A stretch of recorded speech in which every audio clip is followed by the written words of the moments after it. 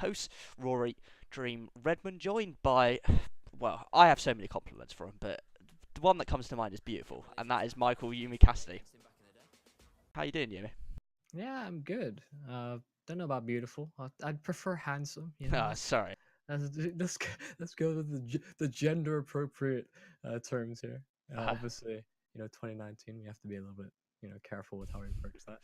How are And you, man? I've been really good though so far. The year's been a bit slow, right? I mean, January, February is a bit kind of like it's a lull period for the majority of things. Obviously, we have like big tournaments going on, but nothing for the aspiring budding casters. Yeah, we're all right. How are you? yeah, I'm doing good, thank you very much. Obviously, just been catching up on all the UK CS news that's been hitting me in waves. Some good stuff, mostly good. I think the 2019's gotten off to a mostly good start for us here in the UK scene. Obviously, I changed my bio on Twitter recently. If Oh, anyone cares about that, okay. I like UK CS:GO a tad. So obviously, repping the UK scene. However, don't worry, we're not just going to go on about me changing my bio for the rest of the episode. We'll just quickly dive into what the topics are for today. Obviously, we'll be covering the EPS standings 2 weeks into that. Some interesting matches for sure. Obviously, we have the ESEA advanced standings as well. I think most teams are about 6 to 8 games in now. I think about that, Yumi? 6 to 8 games? Yeah, it depends on what the scheduling's been, right? So I think it's 6 or 7. The majority of them have played sort of anywhere between 5 and 6, but I think there's still games to be played this week as well, right? So you've got like London and Revelation. I think have played 6, but everyone else is kind of at that 4 games. Sensei maybe has played 7. Yeah, Sensei's played 7. So I've just quickly checked. Yeah, I mean, a few teams have lacking behind in terms of scheduling. Obviously, that's not going to help with Epiclan coming up in the next couple of days. We also have the in-point roster changes to talk about quickly as well. Obviously, I'm pretty sure everyone knows the gist of that, but we do love to have a recap here at Map Control. And the final topic for tonight will be Epiclan preview. Certainly going to be an interesting one, this Epiclan, eh, Yumi? Yeah, I mean, this is probably the biggest epic line ever. I mean, it is the biggest epic line ever in terms of the scale of it, as well as really the competitiveness of the teams. There's a lot of really talented mixed teams, as well as some newly established, sort of backed by org teams as well. So we'll obviously delve into that a little bit later into the podcast. We've got some other things lined up just before that. But yeah, I'm really excited for this coming epic. Yeah, I mean, obviously it looks like a really good casting team going forward, minus Yumi, obviously, but you have to keep his ego down. Yeah, yeah. Looks like a decent casting team. Obviously, Jamie's going to be quite busy with the Rocket League and the CS, but you've got Dweg and Raptros. I've worked with both of them, I believe Dweg as well, and certainly capable. Obviously, Yumi, I know how capable you are. You're my main man. You're my other half. Um, but you're gonna have a lot to cover. It's gonna be Yeah. maybe the first one. I'm kind of glad that I'm playing at it. Also, kind of sad that I'm going to be missing out on some of the teams that we've got coming out. The return of Smuya to an Epic LAN. I think this would be like his third Epic LAN win in a row. He's able to win it, but you, let's not ruin the topic for now. We will just get into it. I believe we've got a few people coming in now. So thank you everyone for joining us. But we will get started now. Let's just get up. So we will start with obviously, we talk quickly about the endpoint's disappointing result against Revelation. If you just want to start off with that, Yumi, and then I'll get the pictures up on the stream.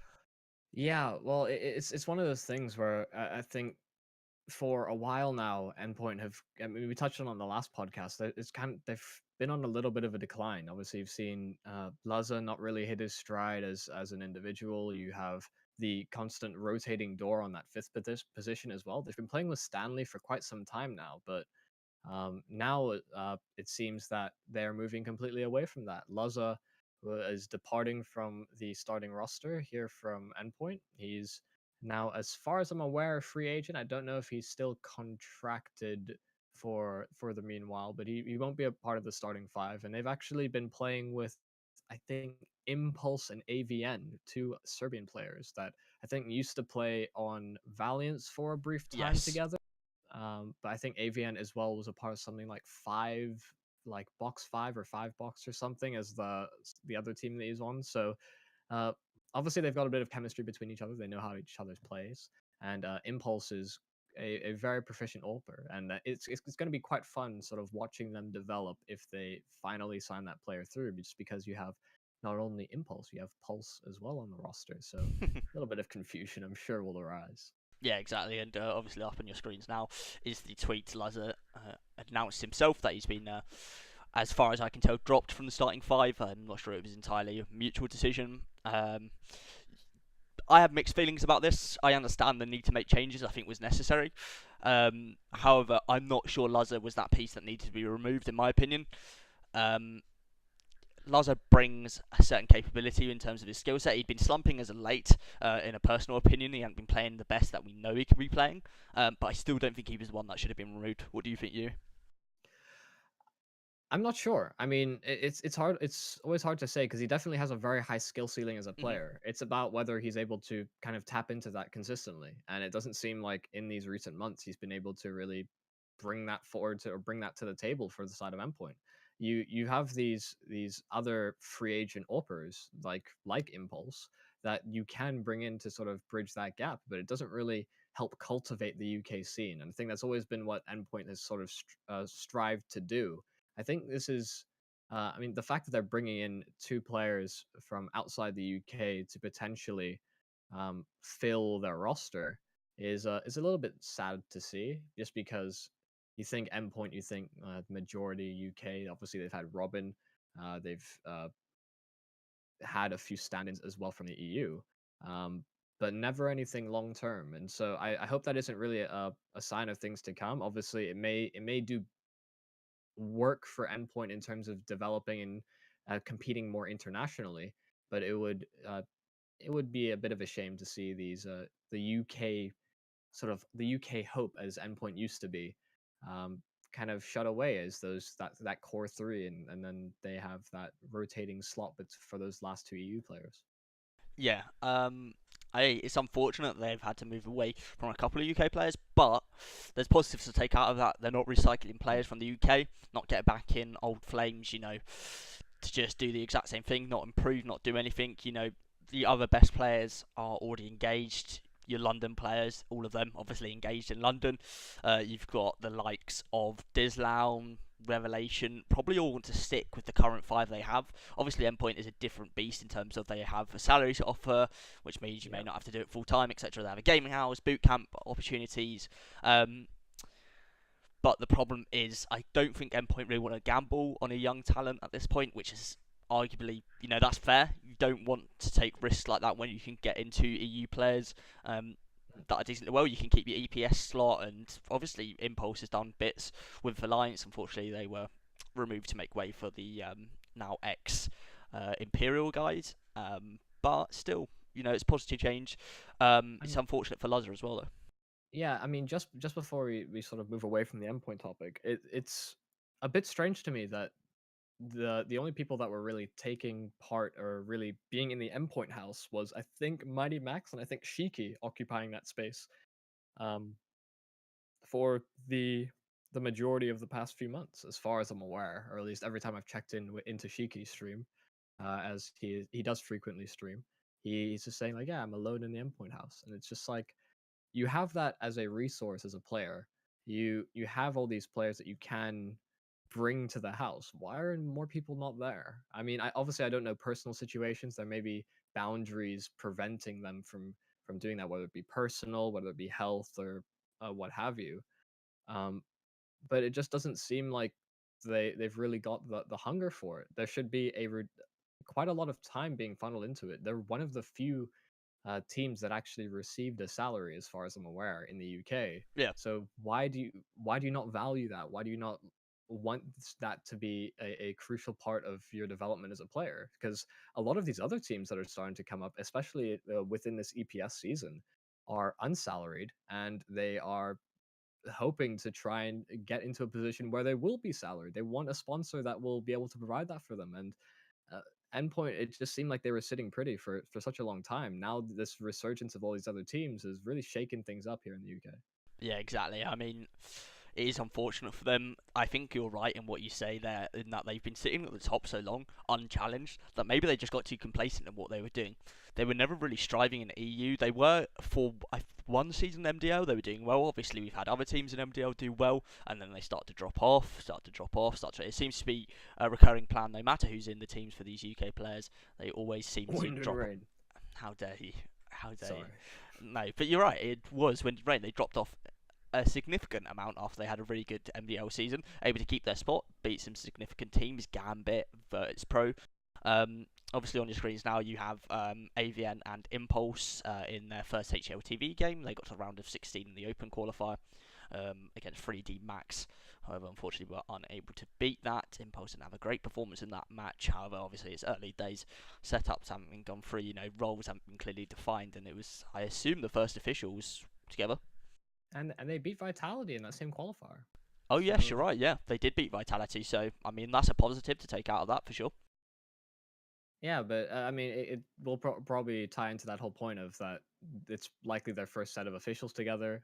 Like you had said, they haven't probably gone through all of their protocols, and I guess 3D Max maybe playing a little bit more disrespectful. I mean, Vitality as well. They have so much raw talent. Maybe they just didn't approach it correctly. Obviously, you would have loved to be able to actually watch all of those games, but of course, not open IPs, which that's a different topic altogether. But Don't get me um, started. I mean, there yeah, was a promise for at least the closed qualifier games that they'd all be covered with English streams. That never came to fruition. The open qualifiers, it's hard to gain access to them. Not a lot. You yeah. have to I be guess ESL partnered, I believe, to get them. as far as I'm aware, they don't even. Well, a couple of ESL partners I've talked to have said that they no longer offer that as a thing anymore. So it's like, wait, so Wow, they just really? okay. I mean, I'm pretty sure there's probably a way you can get in and like talk to people about it, but yeah, it's not exactly publicly broadcasted, or I suppose it's not like sort of like a public forum so people can apply however they choose. There's probably tie-ins, contacts, what Yeah, have you, right? So um, yeah, I mean it's a bit annoying that that's the case because you would have liked to be able to sort of follow the UK teams all the way through. You could sort of like build the hype around your own scene, hopefully sort of uh, see them achieve greatness. I would have loved to see how they beat Vitality. I had no yeah. idea how that's happened, um, but yeah, I mean, there's good things to come. I'm sure it will be about sort of fixing the mistakes, and it seems like they played that whole qualifier with those two players. I don't know if that will end up being their whole five, but it seems like Impulse, maybe a package deal with AVN, right? Yeah, I mean, you'd assume so, but you never know. One person might be willing to, as long as they're given the salary or whatever they require. However, that is pretty much everything I believe we can cover on Endpoint for now. We will go into EPS standings next, though, and obviously there's a little bit to talk about Endpoint there. Let me get that up on screen. So that is the Week 1 standings on your screen right now. You can see the two top teams at 3 points each. In Group A, we had London Esports facing off against Fierce, and it wasn't really a battle there. London Esports, that's what you expect out of London Esports. They were able to close it out 16-6. Secure those 3 points in the first week, a fairly convincing win for them. Yeah, I mean, it seemed like I think in both Group A and Group B, uh, all of the games in the first week were pretty much blowouts. Like, I don't think there was double digit score lines Nope. for both teams, right? So Yeah. that's yeah. It seemed like those first sets of matchups were. I mean, they're always going to be difficult, right? You have the likes of Revelation going against Endpoint. That's the really big one where people were not expecting a result like that. But then you have London up against Fierce. Fierce making roster moves recently. We don't really know what the consistency is like with that team. Ned's going up against CEX. CEX a team that pracks quite a lot. Ned's less so, or maybe even less than less, if that makes any sense. It's pretty non-existent as far as I'm aware. And then you've got Dislone up against Pensioners, and Dislone are a team that is likely pracking quite a lot for those first few weeks because they want to be a team that sort of makes a mark very early on. Yeah, I mean, you're exactly right. Obviously, CEX were able to get a win in Group A as well. That's 3 points for both teams. And then Dislaun, they were able to beat out Pensioners in quite a convincing fashion. May not be completely expected. Pensioners didn't obviously have a great season last time. They're able to keep their spot through the relegation battle. But the big one here is Revelation versus Endpoint. I believe this was the last game Lazar played, was it not, for Endpoint? Maybe one more? Y- I actually didn't get to watch the second week of EPS, so I don't know if he played for them in that. Obviously, that did just happen a couple of days ago, so maybe he should have done my homework. But To be honest, I don't know either, but it's one of those things where you think of the question now and think, yes, I probably should have researched that. Obviously, Revelation, they beat Endpoint, completely surprised by that. Quite convincing fashion. 69 is not exactly a close scoreline. Expect much better out of Endpoint, even in a slump. Also show you don't want to take too much away from Revelation as well. They played extremely well. Russ once again having a standout performance himself, and he was the now let me try. What is it? Pre MVP was it called? yeah, so he's the Prem VP. I think it's supposed to be Okay. the name. Okay. Yeah, Yes. Yeah. yeah. See, yeah, nice play on words. Good job. Yeah, so it's a really good idea, right? It gives a bit more attention, and it certainly calls out some talents in the UK scene. But I mean, congratulations for us to be able to pick that up. But it was really that sort of blowout performance that really flung him to the top. I think everybody's surprised by Revelation. You couldn't not give it to a player on that team, and Russ seemed to have a lot of impact in that endpoint game. I did just double check just now as well. In the second week of Prem, it was Impulse and AVN to play in their stead. So yeah, you're Okay. right. Last official. Yeah, I believe so. It might have been maybe one ESEA advanced game or something like that, but I believe that's certainly the Mm. last EPS game he played. And they bring in Impulse and AVN. Obviously, that is the completed week one. Dislaun and Revelation joint top. Well, no, I suppose due to score difference. Obviously, Dislaun will be ahead. London top in their group due to score difference as well. But even points all around. Obviously, that's what you expect out of the first week. There's no other conclusion you can draw from that. However, we will move on to the week two, and that is on your screens now, and the points are up as well. We will start again in Group A with London Esports securing a 2-0, this time against the Neds. Hashtag fear the Neds, obviously. Unfortunately, London, obviously, you expect them to beat a team like Neds. You basically expect them to beat everyone in EPS at the moment. Yeah, London. I mean, in that group, it should be their group to lose. The fact that they are, I mean, they start off the week 2-0. Obviously, the league format allows them to maybe fall behind later on, but yeah, it's probably going to be London right at the top. It's really a battle for that second, third spots, and it seems like, uh, based on the way things have gone very early on, it may be Ned's bottoming the group that group A, just because there have been a couple of games that they just cannot close out. I think in that London Nets game though, it was a little bit closer than we saw in week one. It was think they got 12 rounds, um, Yes, I'm losing out pretty sure they were ahead 16. at one Yeah. point. Were they not on their CT side? Was it not something like 11-4? I thought Mm.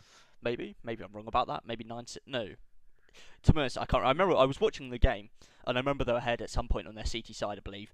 Um, but again, London, you expect them to at least close it out. You know, you can get off to bad starts. Any team can.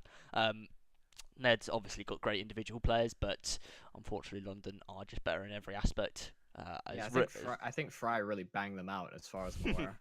I mean, Emmy had that So really like nice those, clip. Um, yeah, yeah, he did. The Nico impression is the casters called it at the time. yeah, yeah, I thought that was a fair justification of that name. Obviously, Fierce versus CEX. A bit of revenge for Fierce as they were knocked away from getting to that stage, or I suppose to the LAN finals. They were beaten on Nuke, I believe, actually by CEX in Mhm. the playoff bracket online. But this time, Fierce 16-2 absolutely dominated them.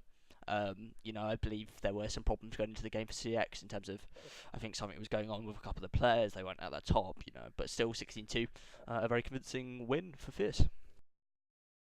Yeah, I mean that's a crumbling, right? If I've ever seen one. CX are a team that actually like playing Nuke as well. So the fact that they've been absolutely decimated like that, but it shows inconsistency on both of those teams in Group A, Fierce and CEX. they're both teams that have a lot to prove, and it's CEX that have been together the longer of those two teams. But you also have this sort of X factor in that K-Piz is back, Carcass is Hmm. coming in, and um, I think as a whole that roster, although they have sort of I think Emin as their sort of rock consistency player, if he doesn't show up, then suddenly the whole team sort of like crumbles around him. Um, so yeah, I think Fierce. There's a lot of room to develop. This coming epic as well will be a huge test for them, as we'll Absolutely, go yeah. into that later on. But for all of the teams that are attending, it's going to be a huge test It's because going to it be really will tough. be a battle for like the sort of third through eighth slots. I mean, there's no better way to characterize it than that. But we'll start before we get into the topic that we're not supposed to yet. Obviously, Revelation able to take down Dislone 16-13, a very close exchange. But again, Revelation showing improvement and showing consistency in their score lines. That gives them the 6 points, and that means they top Group B at the end of the second week. Yeah, I mean, Revelation. I mean, this is not what people were expecting coming into the season. I think people thought either Endpoint or Dislone were going to really take the season, take the group by storm. And there you see Endpoint sitting 1-1. Obviously, not what you just touched on, but they were able to win out their respective series against the Pensioners. So it's a good start for Rev to be able to secure that. I think a lot of people will have their eyes on them coming into upcoming qualifiers, upcoming events. Um, I think as well they've got a sort of newfound motivation. They're grinding to really get themselves up to the level and the standard of all these other UK teams, and they're doing it completely out of like sheer motivation and actually like willingness to improve and make a name for themselves. And I think it's a drive I'm very sort of not envious of, but I'm in admiration of them for doing that. I Yeah. mean, ego. Some of their egos are getting blown out because of the wins. You know, you can't dismiss that, but they're certainly putting in the work, and the results are showing. Yeah, exactly. And just quickly touch again on Pensioners, who were beaten 16-2, it seems, by Endpoint, because they had 4 rounds against the team in the first week, and they now have 6 in the second week. So, not a great start for the Pensioners. I can't imagine they'll get anything done this group anyway. It's a very difficult group, really, Group B. It's certainly all up in for first place. I mean, any team could win it at this point. Obviously, Revelation ahead in terms of score difference and in points. But Dislang obviously not too far off. Endpoint managing to get their score difference a lot better with that 16-2 win as well. But that does conclude the first 2 weeks of the ESL Premiership, which was interesting and fun to watch. Showed some interesting results, showed some teams making improvements, some teams going back a little bit possibly, or even showing inconsistencies. However, if you have any final words, Yumi, now's the time to say Yeah, them. I'm just gonna say, if you're pensioners starting the season off in the first 2 weeks with only 6 rounds, Yeah, something ain't right with that picture. You hope to be a little bit more competitive. Obviously, they're a mixed team, right? So I mean, yeah, you can't expect too much. But even Neds, I mean, they're a core as well. So I guess it's maybe a little bit different. But come on, pensioners, you can do better. I come know on. you can do better. You can do better, my boys. However, we will move past the pensioners now, and we go to ESA Advanced. Obviously, a fairly new league system. I suppose 2, 3 seasons it's been in now. I think 2. Um, but we do have quite a fair amount of UK teams in it, and we will start with CEX. We're just going to do basically an update on all the standings, where everyone is in their first few games. I'm sure we'll do this every second episode or what. And yeah, I've seen Yeah, people like Has come in. Obviously, there was a small that small LAN in I believe it was Leicester. That was the yeah. UKEE event. I mean, come on, who cares? Come on, come on. There was all right players there, but nothing of the quality of what we're discussing, unfortunately. However, I believe it was Haas, Jack Burton, and people like that who won that event. So congrats to them. However, we do move on to something more important, and that is ESEA Advanced, and this is CEX coming up on your screen as well. Currently 3-3. So I mean that is as mixed a start as it gets, I suppose. 3 wins off the bat and then 3 losses off the bat. 3 losses straight consistently off that. Yeah, I mean they beat some pretty good teams as well. They beat XCOM, they beat Conquer Gaming, teams that have sort of been breaking into that sort of tier two scene. Conquer a little bit obviously lower than XCOM, um, but I don't know what's happened. I think even I was in a TeamSpeak and um, Zen Next Closer just came through and it's just like we've started the season well, but now we're 3-3. Love to see it. Um, Obviously in Amiga and Unknown a team that is beginning to make a sort of a stride towards being a tier two performer as well. They're taking part in I think the Loopbed Hotshot series. They also did some of these open qualifiers, and they're taking some rounds off some pretty big teams. But to get blown out like that at CX, it's I mean it goes kind of goes to show the sort of disparities between some of these EU teams. Is that you might just find the right play style at the time, but it's about making those quick adaptations. And uh, I was very impressed the last time I watched Unknown, and the fact that they were playing pretty dynamic and trying to work around what the other team was kind of bringing towards that sort of tier CT side. And then obviously Namiga are Namiga, and they're sort of they're also rising through that tier two circuit. Yeah, I mean exactly right. 3 good wins, able to beat Conquer Gaming, who London also faced. They had a pretty tough time against them. I believe London won 16-14 in the end, but pretty convincing for CEX. Beat XCOM as well, a decent Polish team for sure.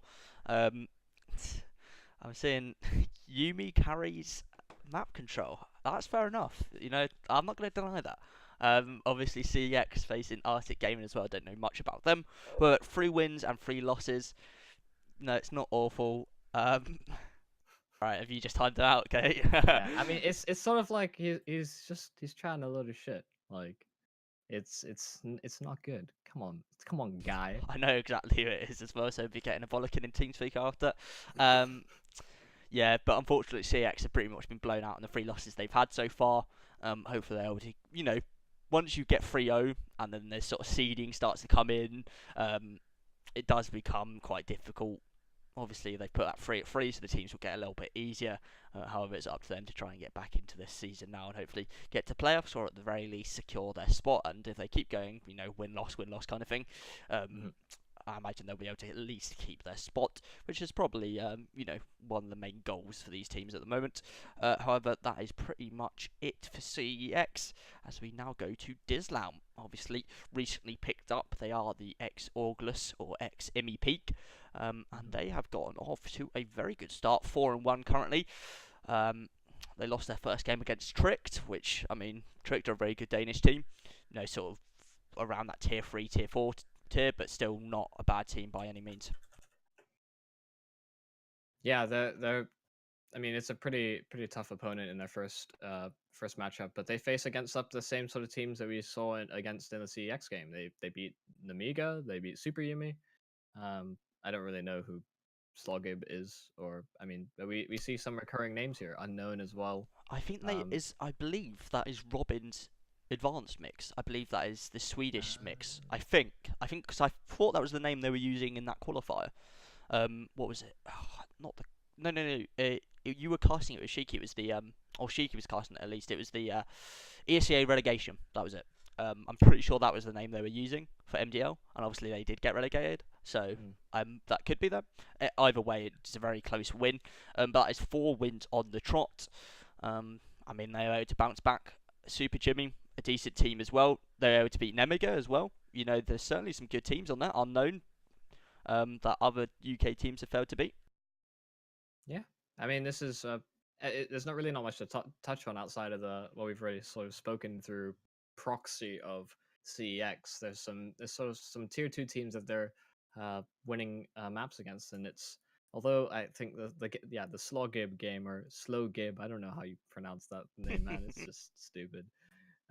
Is 20 to 22. So it wasn't an easy affair, and all of them have been pretty close games, even a 16-14 win, right? So that they're winning them out, and it seems like they may be able to just win out a few of these clutches that turn the tide of the game. And you'd really have to go in depth into like the full demo analysis to understand exactly what goes right or wrong, or whether it was just sort of like lucky wins. But I mean, that's a great way to start the season. You do take that first loss, but you're able to bounce right back, get 4 wins.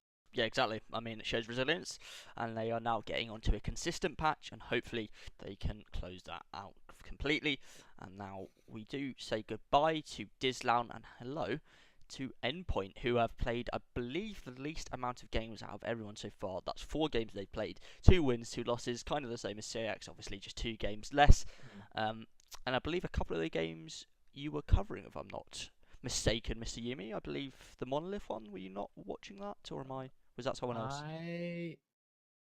I actually don't remember.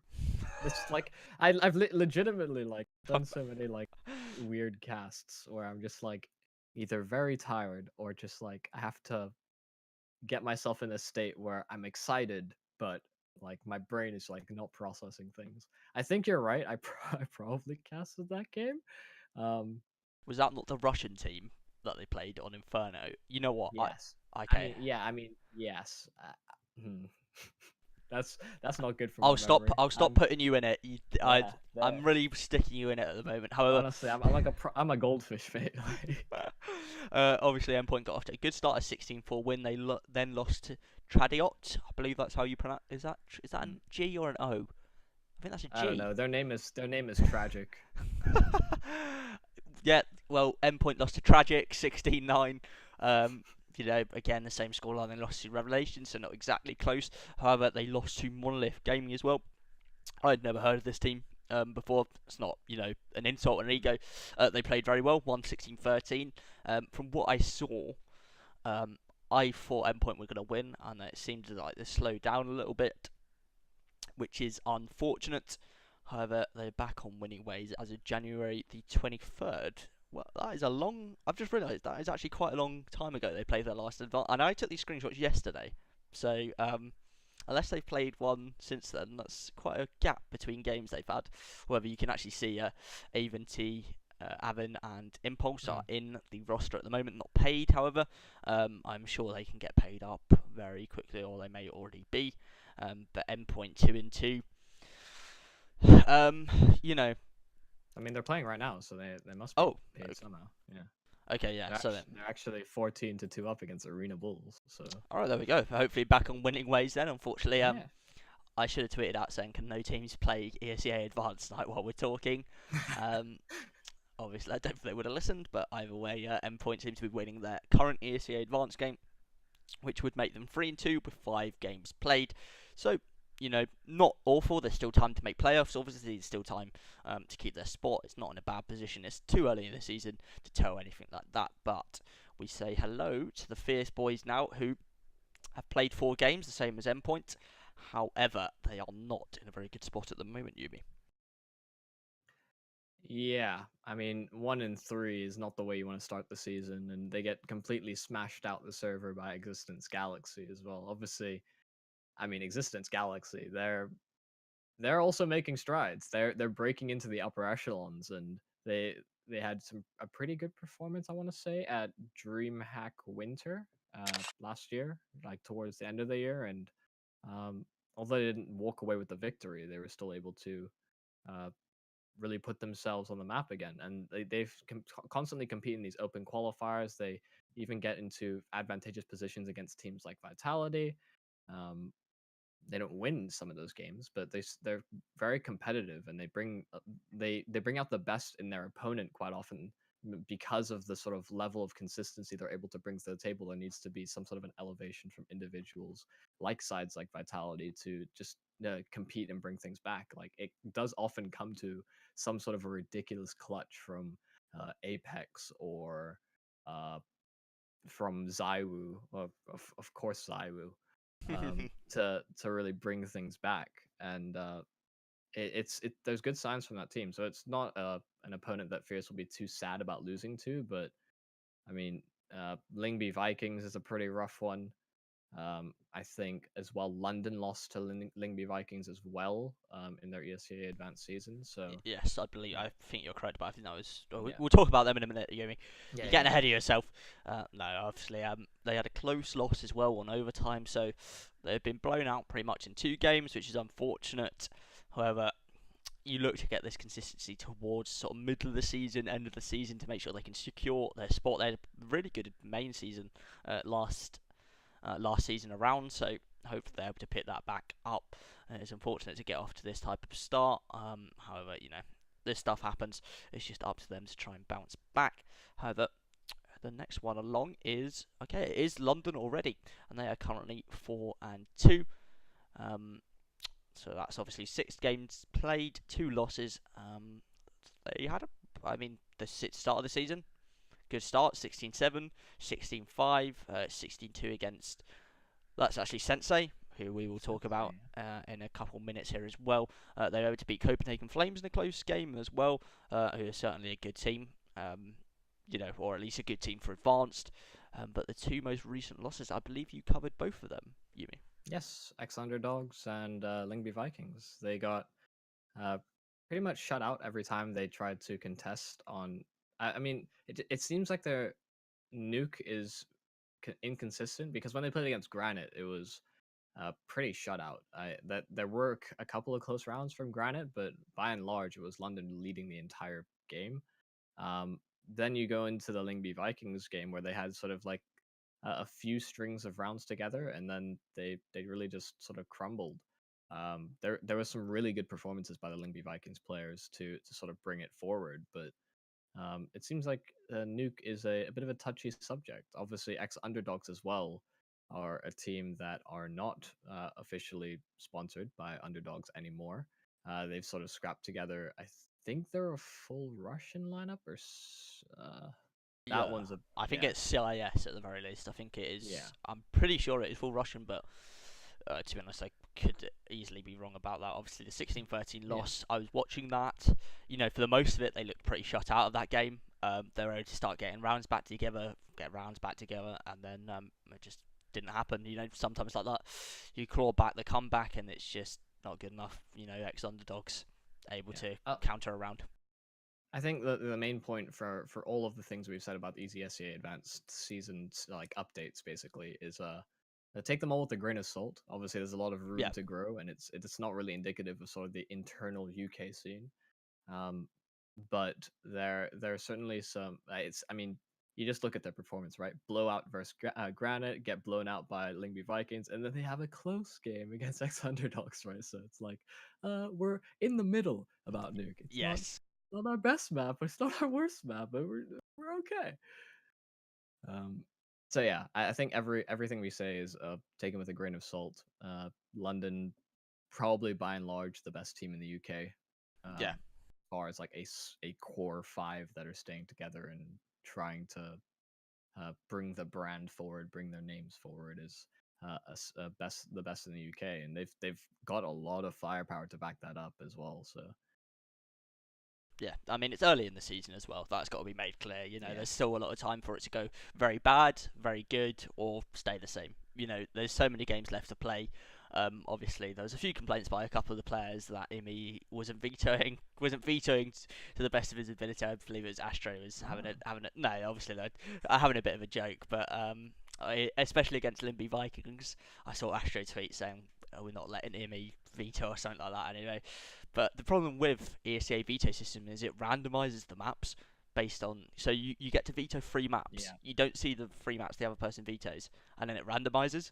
And it seems like every time it gets nukes in the randomize, it gets nukes. So, you're unfortunate in those situations. However, we now move on to Revelation, who are currently doing the best out of all yeah. these teams. And again, Endpoint surprising everyone as 5-1 currently.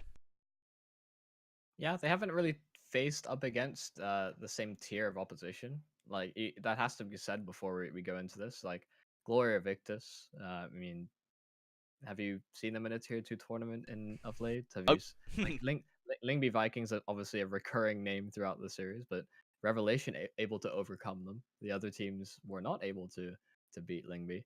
Um, like classic esport, or like that's an overtime game. ESUBA is a name you'll recognize from Yeah. um, previous. I think they got to uh, I want to say they got to like a deep run in an open qualifier, but still ended up losing. Yes, I'm Um, pretty sure you're right about that because I remember. it was Yeah. like it was a DreamHack or something. I'm pretty sure. Uh, That may just be completely wrong, but I'm Isuba have been a team that have had inconsistent results as far as breaking into tier two. So they're sort of yeah. hovering around the 2.5 region, and then Budapest 5, who have uh, sort of dropped out of relevancy for the past like year and a bit. So uh, they're certainly more dangerous opposition to come here for Revelation. But yeah, a good start to the ESEA Advanced season, and they've got the best results so far out of all the UK teams that we're gonna cover. Exactly, and they are the second to last team as well. But Revelation, good for them for getting off to such a good start. Obviously, losing to Grom first. Not quite sure about that team. Don't know much about them. I know Yeah. they're a Polish team. Um, Maybe could have been 6-0, but it's hindsight. Unfortunately, they weren't able to do that. Could have an inconsistent first game, and then they found their form. Um, I haven't actually played Dust 2 again, so that could be it, I suppose. They've actually had a really, I'm just looking at it now, they've had a really big mix of maps. Dust 2 over past Train and Nuke. Interesting. However, we move on to Sensei now, who are the worst at the moment out of all the UK teams. Or doing the worst, I should say, sorry. Yeah. That was a misspoke there. However, they are currently 2-5, and from what I was seeing from Swaggy's Twitter, and from a couple of the other Twitters, it seemed like they were getting quite unlucky in some of their games. Yeah, I mean, I think this is a team that we actually don't need to talk about as much as the rest. Yeah, They obviously came into the season with a starting five. Isk just vanishes from the lineup. Um, you know, don't need to talk about that guy. Don't really know what they need to what he really brings to the table, because he didn't really play that much. He obviously had that good performance at ROG, but since then he seems to just want to jeopardize his own career, and so he will commit to the team and then immediately leave. Obviously, like we're seeing, there's quite a few very close games and quite a few sort of overtime losses, and uh, that is pretty indicative that since they're able to compete and go up against these pretty strong opponents. You've got Fate, you've got Existence as going to 16-14. Arctic Gaming, I don't really know is as a team that are sort of in that tier two level really just of yet, but another overtime loss there, and it certainly seems like Sensei to have maybe just have an issue in terms of closing games out. I don't know if they're really fighting from behind those entire series, but even if that's the case, it's not really the best if you're getting into those situations in the first place. interesting. The one game they've been blown out is actually London. They Yeah, got against 16 London. 2 so that could be showing their place currently in the UK scene, not as high up, obviously. Got some good individual players, the remnants of those players kicked from, or removed, or mutually parted ways. Swag into Tongue, obviously. Is was part of that lineup. I don't believe he is now. I believe they picked up Europe, I want to say, when I'm pretty sure. So maybe now they can get their roster consistency together. Again, it's still early in the season, but obviously 2-5, not a great start by any means. However, Yumi, this does bring a close to ESEA, and we now move on to the Epiclan predictions. However, we'll just start by I'll have a slideshow of all the teams that are in it, and I actually quickly, Yumi, need you to send me a screenshot of your predictions, because I forgot to add both of those, both of our predictions. However, I will just add. I'll keep the slideshow up quickly. Let's get rid of Sensei. And here we go, we have all the teams up, and this will just recurringly go round. I apologise, Yumi, for putting them in it again. Um, You know what? I'm actually gonna edit it just because you've done that. I can't. um, Obviously, I believe, what is it? It is 43 teams signed up for this tournament at the moment, and that is by far, maybe not by far, but certainly the biggest Epic and to date, or CS to date, the most tickets they've sold. I believe they've expanded tickets by, I don't know how many, but certainly by quite a fair amount. Okay, I'm sending it over. Thank you. Can you send it through Twitter DM? Zigyazo. Yeah. Oh, Twitter. What in the world? Because you're on my Discord screen, Yumi. Okay, let's just try Come while on, I'm man. waiting. All these terms and conditions I didn't sign up for. All right, so let's just hide that quickly. We'll move it over though. Yeah. So obviously we have 3 pages of teams for this Epiclan so far, and that is so many. You know, on this first page you see London Esports. I'm not sure if London Slayers are on there. You see Judas Money Crew, certainly the favourite to win this tournament. By far, I think Judas Money Crew the favourite to win this tournament. That is my IGI, team. man, they've got the highest seed. The highest seed? What do you mean? IGI will have the highest seed. What do you mean? Oh, okay. I see what you mean now. Back to the Grosvenor event. Obviously, CEX are up there. Demise, a decent team. I believe it's the first time they're attending an event as a full five, I want to say. I believe London Slayers are on this page. Yes, they are. A few Medica teams. I fear the Neds up there as well. Water Walkers, that is, if anyone doesn't know, like Cypher, Brody, and all them. We will go through that roster in a bit anyway. But you've got like 3 Medica teams, by the way. I think it's 4. I want to say it's 4 Medica teams. So there's Medica female. No, maybe 3. Medica female, Medica under 12s, Medica down under, and up the Medica. Yeah, so there is 4. There's 4 on that page there. So God bless Medica. You know, it's branching out, doing bits, getting the business done. You know. Unfortunately, yeah, I don't think they're quite high in our predictions, are they, Yumi? No, yeah. One sec, I'll just leave that on while I download Yumi's. Oh no, this is awkward. Okay, I'm gonna have to sign out of my control Twitter and sign back into the one.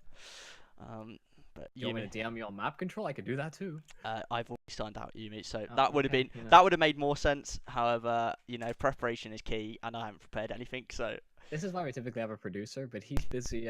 He's busy working on LVP. Ooh, Oh, he's too big for us, is it? Yeah, he's got on to bigger and better things. Okay, I'll just add yours now. I mean, have you got about these teams, you mean, that we see so far, or Epiclan in general? I mean, I think really the 10 teams that we're going to talk about are really the ones that have the most contest. I think as soon as people started to realize that a lot of big UK teams were going and a lot of strong UK mixes were coming, the hopes of going through will have gone out the window. So maybe just hoping for a fun time. Obviously, you're competing. You're not on this top 10. I'm not sure we'll call it competing, more like showing up and hoping for the best. I see. No, of course, you know, Judas Money Crew, you know, you know, we're flexing, we're coming up, we're going to be having our McDonald's, having a few drinks, getting it down, and maybe when I get grouped, I'll come say hello to everyone in the casting desk, see if I can get a job, or, you know, see if they'll take me back after I shun them. However, that is all the teams that you can see. Obviously, you know, there's a few outstanders that are just outside our top 10, etc., etc. You know, and a few teams that with players that everyone knows. And I'm sure it'll be a fun Epiclan. Gonna have the most players for sure. But Yumi, we're going to start with your predictions as they come up on your screen. There we go. Well, I'll let you talk through your predictions. Yeah, I mean, I feel like the entire LAN is really going to be a competition between. I mean, it's London Slayers and London that should be at the sort of top, if not top 2, then top 3. I think it's really a fight for that 3rd to 5th spot. What I did was really just be like, yeah, CX, Rev, Reflex, they're all really good teams. You are, aren't you? You're spineless, yeah, Yumi. I copped out, man. I couldn't hard put them in. I think it's gonna be a really tough LAN for everybody involved, right? Like Fierce, I talked about the consistency issues. Obviously, the addition of Carcass. You have the mix as well with Surreal, Lazza, Cryptic, Sliggy, and Mace. Where Sliggy, does he play that much as of late? I don't doubt that he probably still has the mechanics, but so maybe the split-second decision making might not be there. Mace as well hasn't been on a team for a while, and I mean, Lazza just coming out of a team. Cryptics as well, I believe, is teamless unless he's playing on some mix. I didn't have such high hopes. So obviously, they still got a very high caliber of players available, so they could certainly surprise. I think these last two in Water Walkers and Horus, they've definitely got the talent, but it's about being prepared. And I think Horus will I'm really looking as Horus as my sort of like a dark horse for the event. I think they could sort of compete into that third to fifth bracket as well, but it really comes down to whether they've been sort of sweating out the hours and grinding just so that they can somehow cause an upset.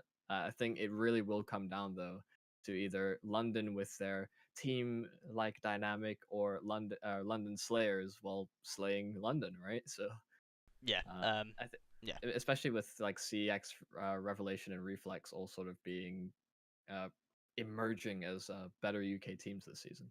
It's like, I mean, it was really tough to nail it down. Obviously, Yumi taking the cheap road. I'm not gonna hammer on Yumi. He's Yeah, not got a spine or that. But I think that's absolutely fair. It's going to be such a hard prediction. Every single one of those teams under London and London Slayers are fighting for third to fifth. Completely, 100% agree with that. And I'm sort of thinking in my head, maybe I should have done the same thing as you now, and maybe put free to fifth. No, I won't. I do digress, obviously, but I think those are fair predictions. Especially when it comes to predictions, it's always tough to go yeah. through that. I certainly could have seen myself pretty much. It's pretty much the same, really. It's just one team's in sixth, one team's in seventh. Mm. It came down to sort of gut feeling at the end. There's nothing other than sort of your gut feeling when it comes to these types of predictions.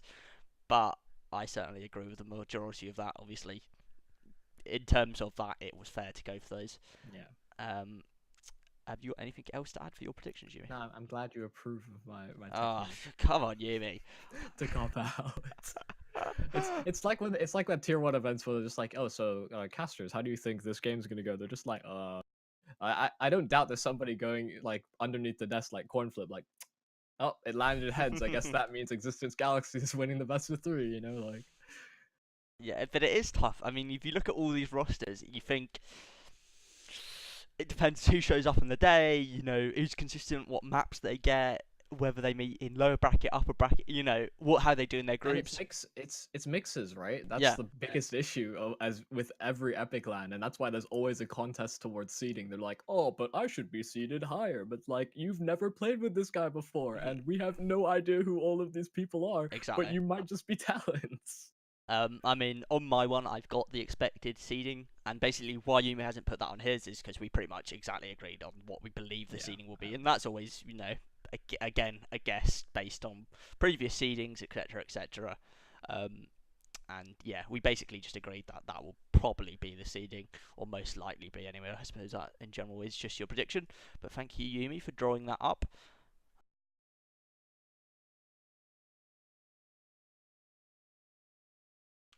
I'm kidding, Yumi. You've been indecisive, but I think you were smart to be yeah. indecisive. That maybe I've been too bold in what I've decided to go Hedging for. my bets, hedging my bets. Exactly. You're holding it back, Yumi. You're not going through it. You're saving the real content for Epiclan. You're a true businessman. That is what you are. Obviously, it's the exact same top two for me, London Slayers and London. I have put London as the number one expected seed just because of Grosvenor. They won that.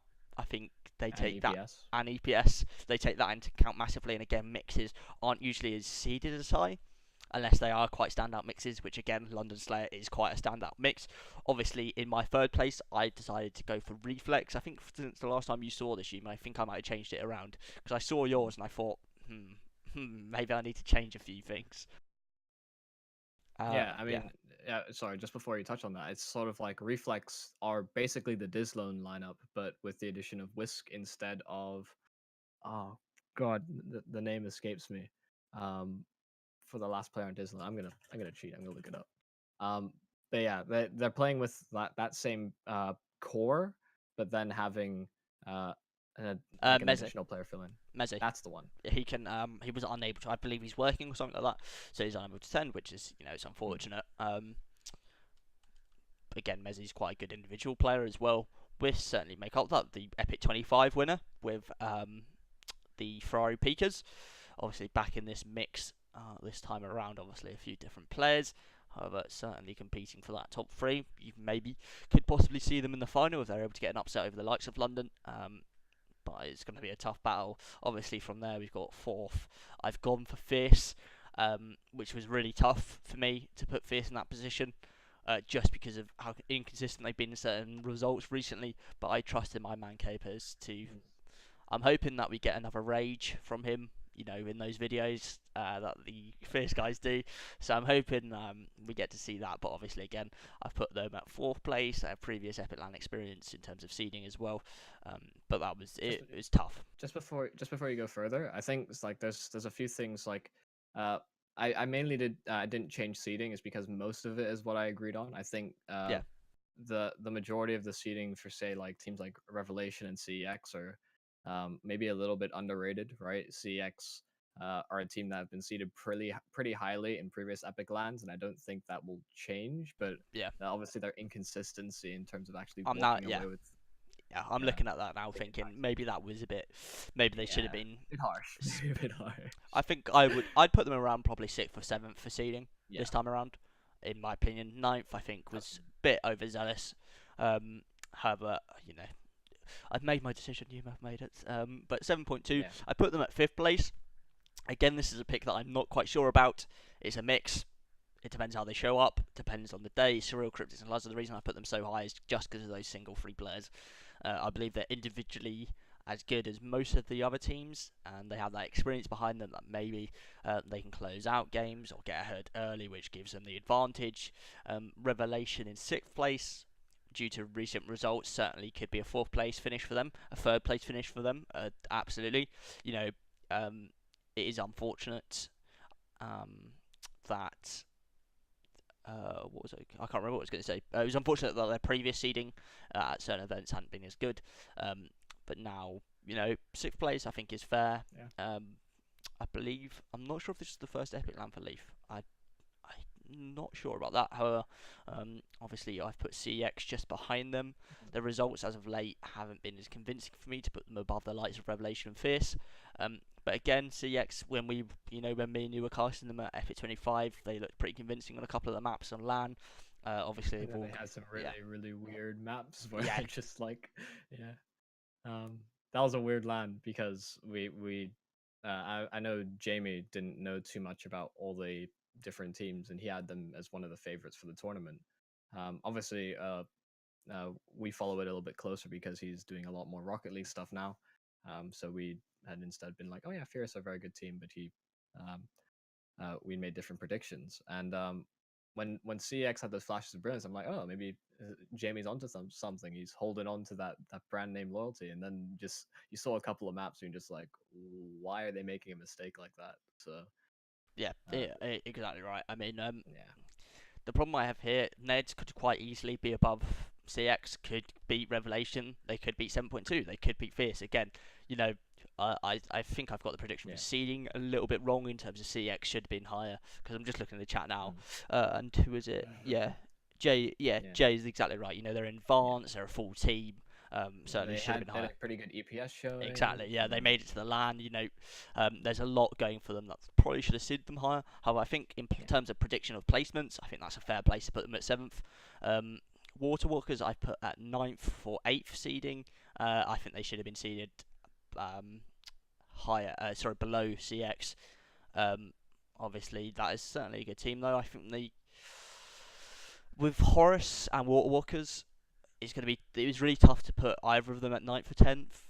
Horace have got that X factor of Shaney coming into the roster, but Waterwalkers have got a really good mix. Um, yeah. I think the I'm ninth or I'm 10 are going to be difficult. Yeah, I think the reason I'd put on my predictions Water Walkers as 10th is because all of them have been pretty inconsistent in the teams they've played. Yeah, Um, Brody on the AWP when he played with London Lynx, that team folded. Danny with his performances at the Grosvenor event, he didn't really contribute too much to quite a few of the maps, and then you just had these outlandish, ridiculous rounds, and he just sort of single-handed sort of carried them through some of these playoff or like elimination games in the qualifiers. Then you have MT who came from the Buzzkill lineup, who also struggled with consistency. I think he's developed a bit of a reputation as far as I'm aware as being a player that likes to play behind his teammates. Call it what you will. Um, he's got a lot of very good mechanics, but he's got sort of a lot of experience to develop as a player. Rez is really the standout name as far as I'm concerned as he's sort of played under leadership, and he's maybe same with Brody, I suppose. Those are the two that really can bring, I think, an element of leadership towards that team, especially for the sort of younger, developing talents in Cypher, where he is a little bit. I mean, I've played on a team with him as well, so I may be a bit biased here, Oh, but I'm not. yeah, Yeah, I've he's a really good mechanically skilled player, but and is that the stops there. mistakes and sometimes the Yeah. justifications is for like why he's made a decision are just No, ridiculous. I think Kai or Cypher will accept himself that he is not an individually smart player. I make sure to remind him of that at least once a day. Um, However, he has got the mechanics, certainly, Yeah, and if he's able to refine his skill, he's only 16, so it's yeah. going to come down to a little bit of maturity, spending time watching those demos. It's not his time yet, but certainly going to be up there in the future. Hopefully, he's certainly a young talent that I could see one day being And at the plays top of pretty that scene. well at and plays pretty well at the last Epic, Exactly. considering the way that they were predicted. So Yeah, I mean, it's exactly right. Um, and again, fourth to eighth for me is up in the air. It was so difficult to predict that. You know, at one point I had Neds above CX and I had CX above Revelate. You know, I was switching it back around. Again, I've got the seeding quite wrong there with CX. Should have been yeah, seeded higher. even as we've discussed things like today, I'm sort of reconsidering like Exactly, yeah. maybe something should be here, but it will be like on the day who plays better, right? I suppose, or on throughout the whole sort of weekend. It's going to come down to individuals. From fourth to eighth, it will come down to the individual plays. For Revelation and Fierce and CX, it's going to come down a lot to their team play, but they need to not get outdone by the individual prowess of the likes of the Neds. You know, they've got 5 individually decent players, you know, above decent, above average, but that's for sure. You know, certainly could play at an advanced or main level for sure. In all honesty, I really hope a mixed team doesn't win the event. Please, just a full Yes. team win the event, because Lord knows it puts a strain on that sort of full team environment when you walk away from an event where you will have prepared coming in, and then some people that have just, they're just talents that's really good at the game, and they just, they just mop the floor with you, or they play really well and you just lose out. It's like Ferrari peakers. We've had, what was the other one at the previous Epic as well? Oh my god, my memory is actually awful. You had Radix and Friends. Sorry, that was the one. Yes. Um, so it's like that. Even though they had the Radix banner, they're pretty much just a mix as well. So Yeah, exactly. It's you know, these are the type of lands you look to sort of discourage the use of mixes. However, I don't think that's going to happen anytime soon. Um, but I mean, I think that brings us to the end of our predictions. Thanks everyone, obviously, for getting involved in the chat. It does give you a lot to think about when you sort of. I looked at it and I thought, I can't believe I sort of looked in my head and thought, why is CX ninth? And then realised it was actually yeah, me who did that. You know, again, it's an expected seed, and they will be 100% will be seeded higher than that. Um, 1 and 2, I think those 2 places are up to fight, but I think the teams that we put at 1 and 2 are for sure. You know, you yeah, never say 100%, but I'm going to give it a 95% that those 2 teams will be in the final. There's yeah. certainly room for upset, but it's going to be difficult. Reflex I've put as third. Again, it could easily be Revelation, could easily be Ned's there, could easily be 7.2. You Yeah. know, it's so It, it, difficult to it's predict. it's it's a huge cop out to say this, but really, I feel like anywhere from sort of fifth through 10th, all of that is interexchangeable. Yes. I think Reflex Fierce are likely to end up in that top 5. Hmm. But who kind of follows in right behind them Yeah. is kind of up in the air, and there's a lot of question marks to some of these teams as to how much they've prepared, whether they're able to perform on LAN like they've been performing online. Obviously, LAN performances sort of wield you a little bit more respect, and um, sort of carry forward with you a little bit longer throughout your career, is because online CS is it's grim. Like the things that happen Yes. on online CS just cannot be replicated online. So Exactly. It's a different environment. You know, there's a lot yeah, of screaming. There's a lot of people shouting at you that I may mean, get into you your can head. get shot around corners online. You can get shot around corners online. There's Sheesh. no, you know, you can't complain about the ping. It's all on the same level playing fields. Exactly. People feel more confident at LAN, especially if they've played more at LAN. You know, there's a lot of factors going into this Epic LAN that are going to affect that top Yeah. 5 to 10, like you said. I mean, it was super difficult to get just sort of stick to these teams and not change it and not change that as well. The Um, only way I'd be surprised going into Epiclan is if somehow one of these teams is knocked out of the top 10 in some yes, like random, like you said, Judith. Like if you guys are somehow in the top 10, I'll be like, what?